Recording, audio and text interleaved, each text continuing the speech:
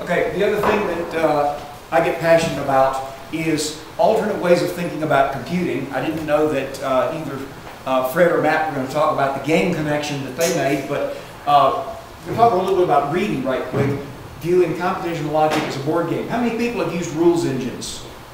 Okay, all right, so here's some stereotypical rules, basically if-then statements. If a bunch of predicates, then do these things. And of course, these typically in a real-world application get stated as a bunch of disconnected statements of policy.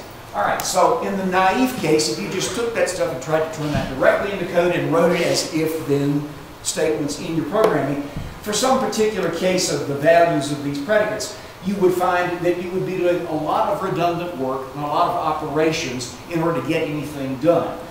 In this particular case, 15 tests get performed, whatever it takes to evaluate A, B, C, and so forth.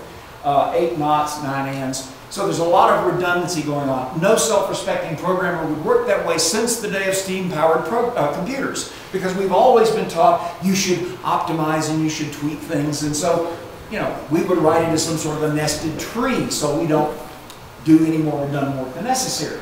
Well, except you still have to test things in the alternate branches. So this is a little bit better. We get some improvement, but now, you know, we've got some stuff that's kind of difficult to wade through there. So REIT, which is Latin for net or comb, is a technique invented by Dr. Charles Forgy in the 70s. It's a classic space for time trade-off, and it's become the standard model for how logic works in rule engines. Basically, we want to treat it as a board game. We have tests, we have join gates, we have simple gates, we have goals, and then we have lots and lots of paths, and we have tokens that move around on the board.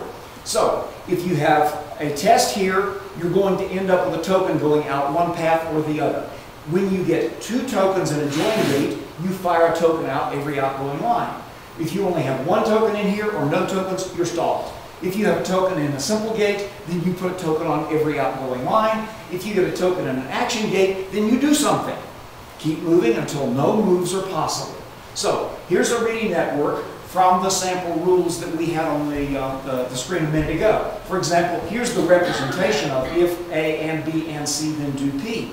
This is how the reading network compiler would wire up a network to represent this along with all of those other things. Here's another example of a different rule. You see a different set of gates are wired together. And this network gets constructed by the network compiler from the original statements. So now let's run a sample case here, the same one we've been using. So we're going to first evaluate A, and it's true, so we hit this simple gate. That fires something out on all of those outgoing lines. We get a token in each of the join gates, and we're kind of stalled out, so let's go back and do another condition. Okay, that fires. Oh look, a join gate got triggered. Now we've got some more stuff going on. So in every case, we're simply saying, where is a token that can move? That's it. And it's non-deterministic. Any token that can move is allowed to move. So we get some more activity that fires off here. Oh look, we've got 2 tokens in a join gate here. Action R fires. And now we let this last token do what it can do, and now we end up in a situation where everything is stalled out, no tokens can move at all. Action R was performed by the network, running all of this stuff in parallel. So, quick comparisons. In the naive code, we had a whole bunch of tests because basically if every rule were stated, that's what atomic means, right? We want to be able to write every rule out explicitly. Well, if you're writing every rule out explicitly, that means you're repeating conditions if some of the rules do have common predicates. And you have a lot of operations joining together the logical values. And so, yeah, it's atomic because you can see every rule from the original statement, but it's got a lot of redundancy, it's slower. What about if we go down here and we look at this tree that a good self-respecting programmer would have created out of this stuff? Well, you know, less work is going on here. It's the fastest in some senses, but it's also very brittle.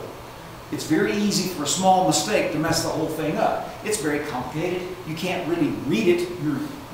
Your human beings can't look at that stuff and figure out what the rules really were. In fact, in general, it's very difficult to reverse engineer those clean rule statements back out of the nest of tree logic. But the reading network is, by definition, able to do this stuff in parallel. It's much faster than the naive code, and you simply trade space for time. And you can do partial evaluation, which means you can stop at any point and continue later.